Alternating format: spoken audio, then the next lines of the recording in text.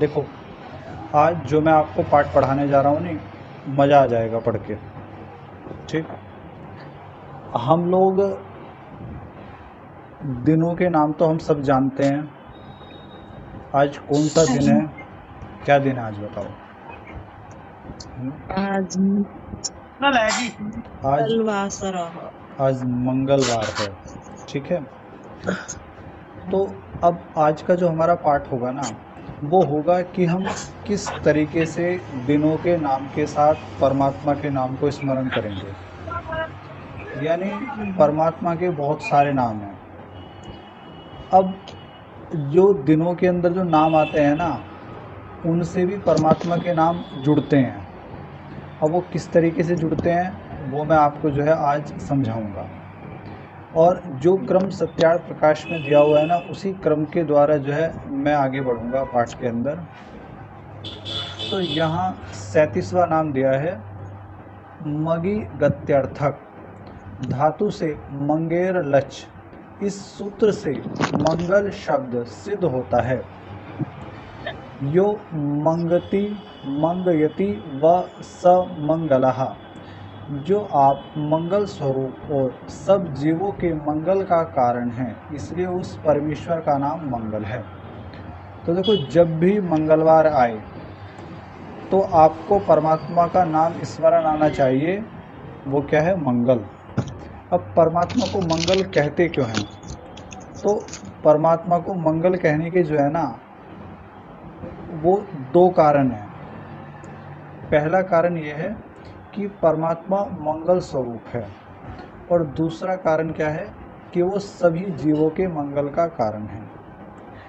जब भी हम कोई नया कार्य शुरू करते हैं, कोई भी नया कार्य है, तो हम सबसे पहले जो है परमात्मा को याद करते हैं। कोई भी मत पंथ संप्रदाय वाला क्यों ना हो, उनकी मान्यताएं बेशक गलत भी क्यों ना हो, लेकिन वो सब क्या करते हैं? वो सब परमात्मा को याद करते हैं। जैसे कोई भी संस्कार भी क्यों ना हो घर के अंदर, या फिर व्यक्ति घर लेता है, उसकी भूमि का पूजन हो, या नए घर के अंदर किसी को जाना हो, गृह प्रवेश करना हो, या फिर हम लोगों की दिनचर्या भी क्यों ना हो, वो सभी परमात्मा के नाम के द्वारा ही शुरू होती है। उसका कारण क्या है? क्योंकि हम लोग जानते हैं कि परमात्मा जो है वो कल्याण करने वाला है। मंगल का अर्थ क्या होता है? कल्याण। क्योंकि परमात्मा का स्वरूप ही क्या है? कल्याण करने वाला है। जैसे इस संसार के अंदर बहुत सारे पदार्थ हैं, कुछ अच्छे भी हैं, कुछ बुरे भी हैं, यानी दोनों प्रकार के पदार्थ इस संसार के अंदर हैं। अब जो पदार्थ जैसा है, यदि उसका सेवन करा जाए तो वो पदार्थ जो है वैसा ही उसका प्रभाव होगा। जैसा भी पदार्थ है वो उसी तरीके का जो है वो अपना प्रभाव दिखाएगा। जैसे उदाहरण के लिए शराब है, मदिरा। ठीक है। अब शराब का स्वरूप क्या है?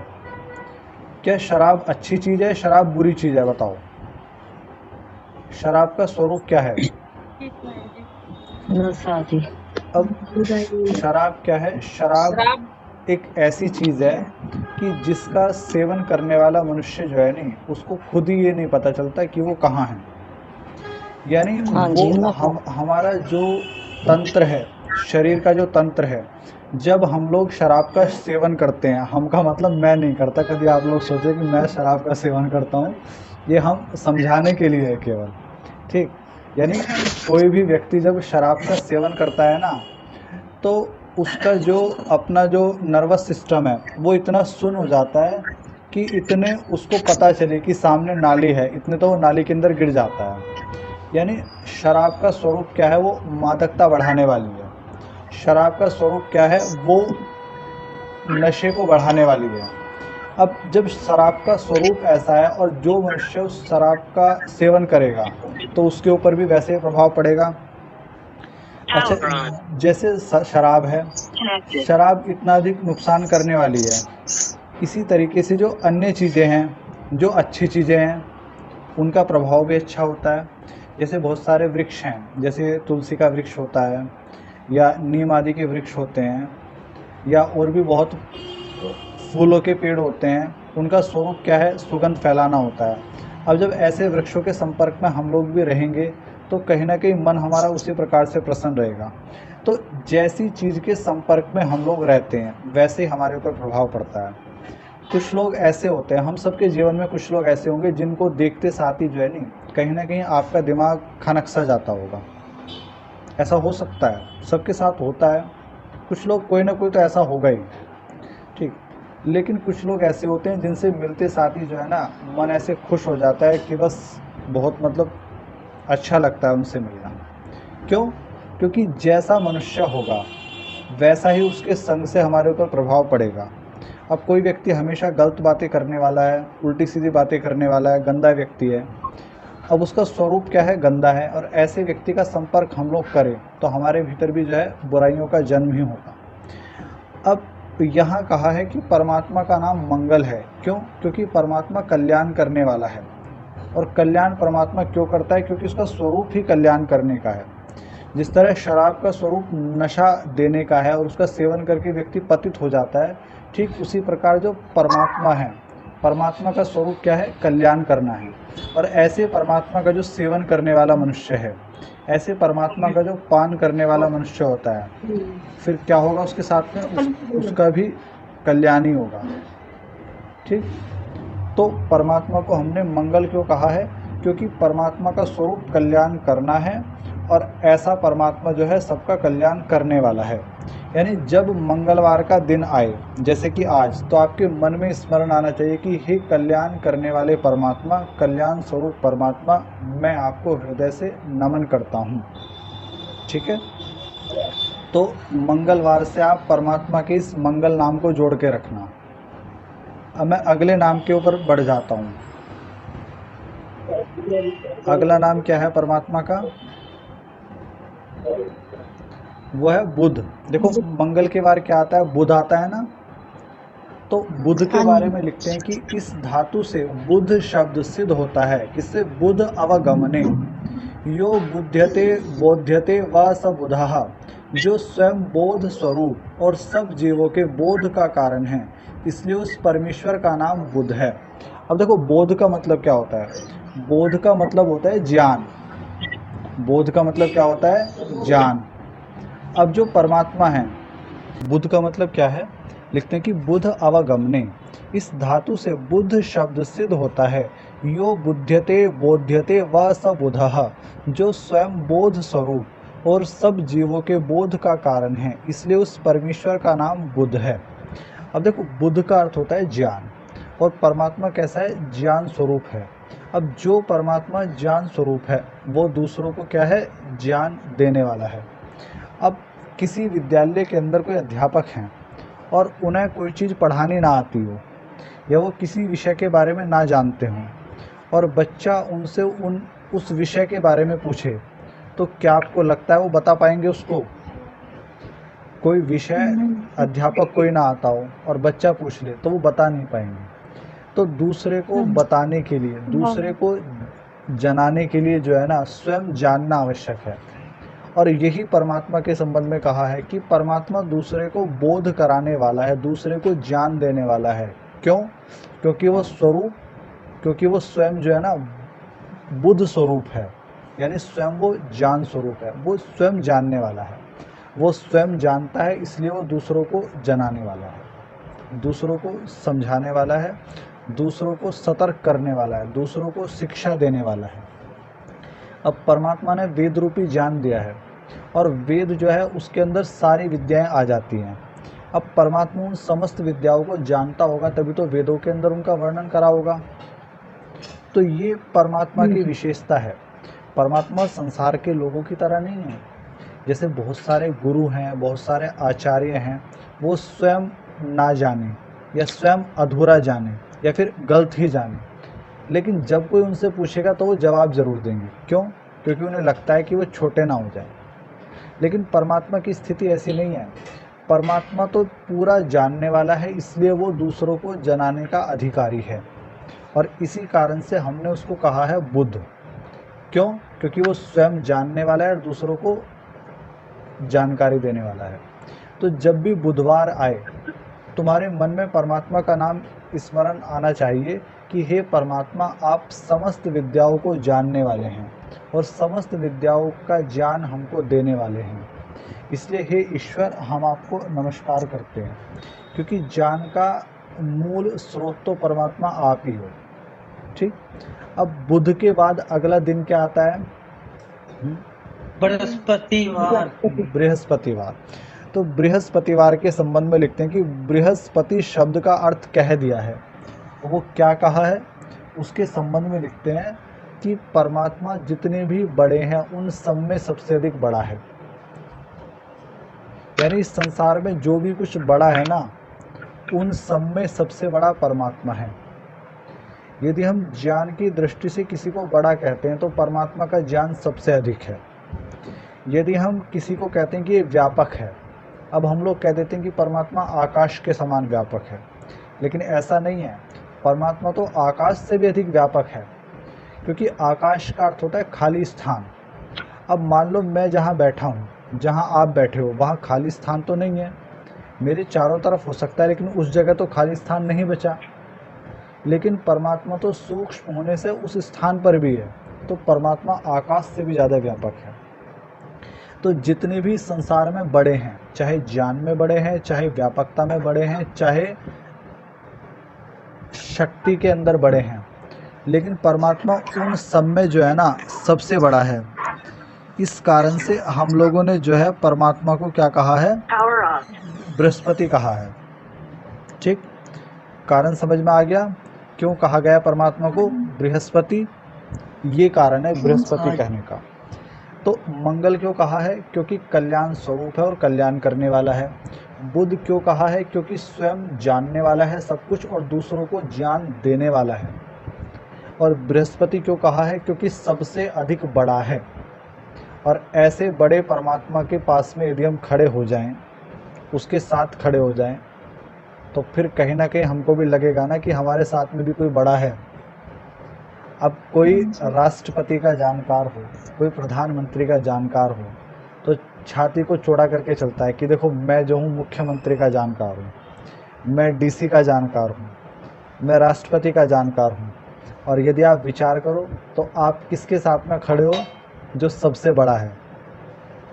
जितने राष्ट्रपति हैं इन सबका जो पति है, पति का अर्थ क्या होता है? स्वामी, जो सबका ही स्वामी है।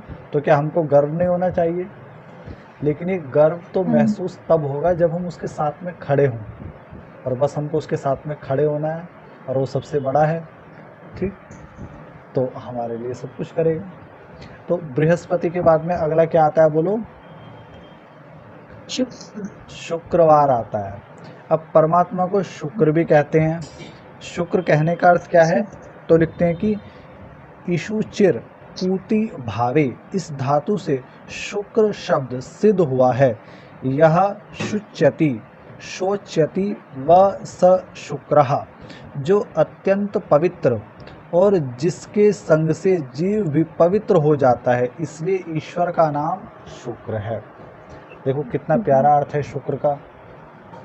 शुक्र का अर्थ क्या है? कि परमात्मा पवित्र है और परमात्मा के संग जो होता है वो भी पवित्र हो जाता है। अब वही बात आती है कि जैसा संग वैसा रंग। अब जैसों का संग करेंगे वैसे हमारे ऊपर रंग चढ़ जाएगा। अब यदि हम दुष्ट व्यक्तियों के संग में रहते हैं तो दुष्टता का रंग हमारे ऊपर चढ़ता है। यदि हम सज्जन व्यक्तियों के साथ में रहते हैं तो सज्जनता का रंग हमारे ऊपर चढ़ता है। तुलसी ने एक बात कही है, तुलसीदास कहते हैं कि एक घड़ी आधी घड़ी, आधी सो पुन आद, तुलसी संगत साध से मिटे कोटि अपराध। कि एक घड़ी जो है ना, एक घड़ी के अंदर होते हैं 24 मिनट। अब आधी घड़ी के अंदर कितने मिनट होंगे? 12। और आधी से आधी के अंदर भी कितने होंगे? 6। तो कहते हैं कि एक घड़ी आधी घड़ी, आधी सो पुन आद, तुलसी संगत साध से मिटे कोटि अपराध। इतने कम समय में भी यदि हम किसी सत्पुरुष के साथ में रह गए, सत्पुरुष कौन होता है?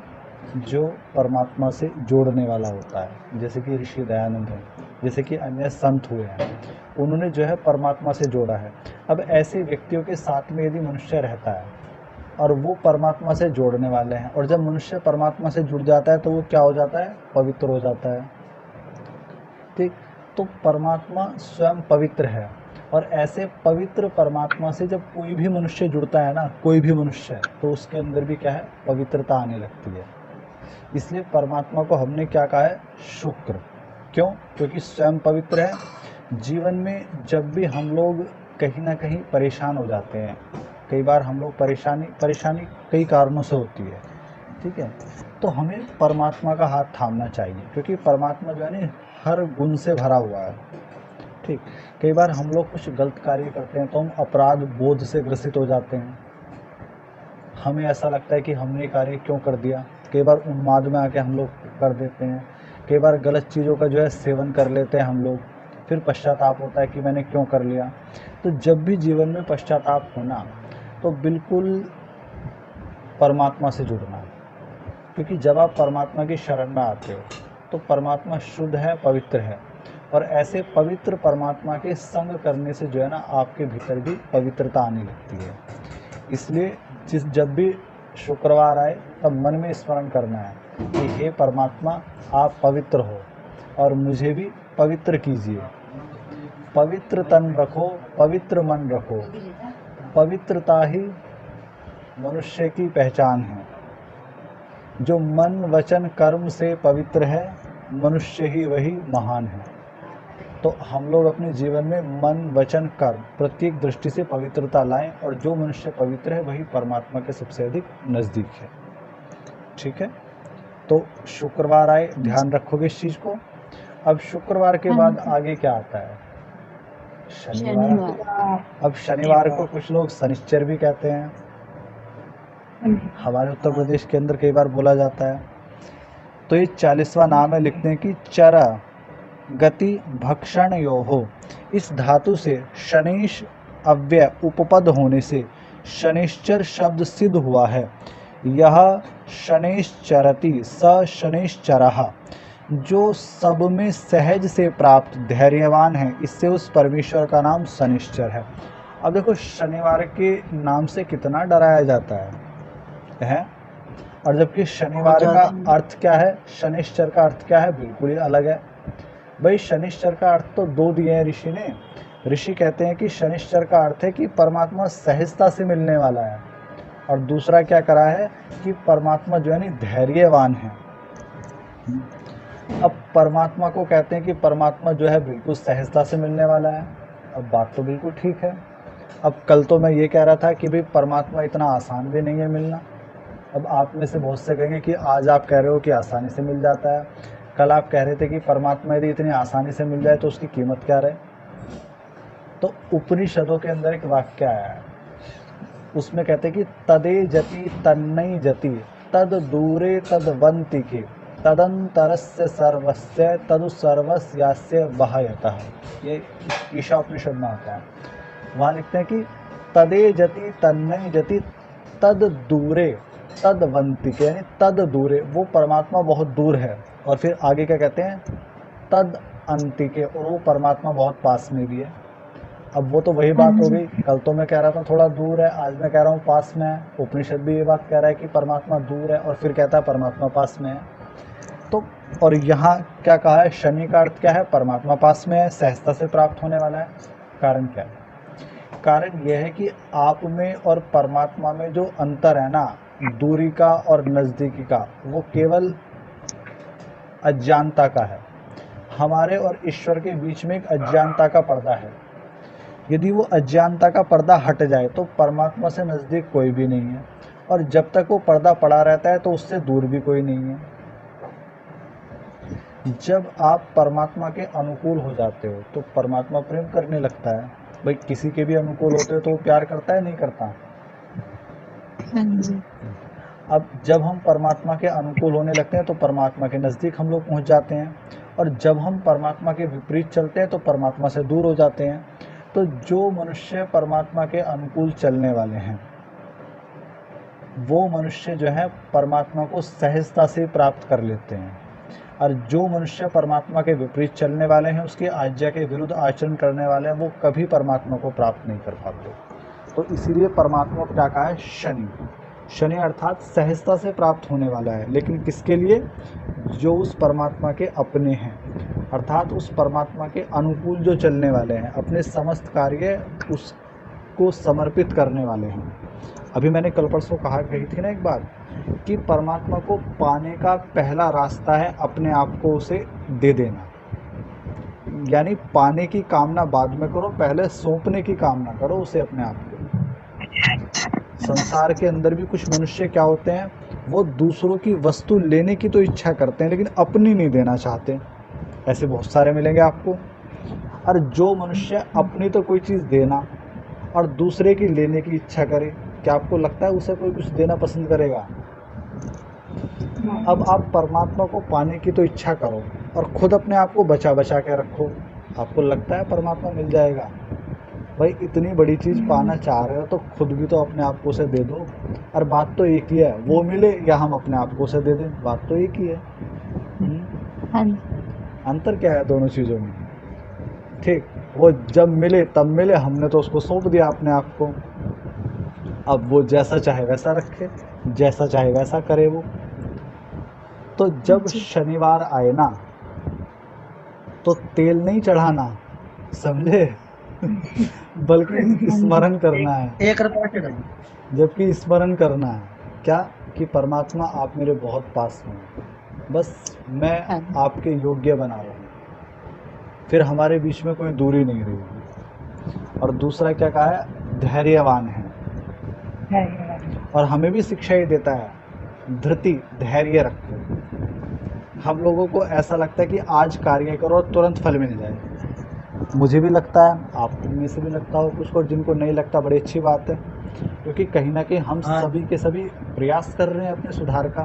तो मैं तो ये कहता नहीं कि मैं बिल्कुल सुधर गया हूँ, कोशिश कर रहे हैं, धीरे धीरे आगे बढ़ रहे हैं ईश्वर के मार्ग पर। आप सब लोग भी आगे बढ़ रहे होंगे।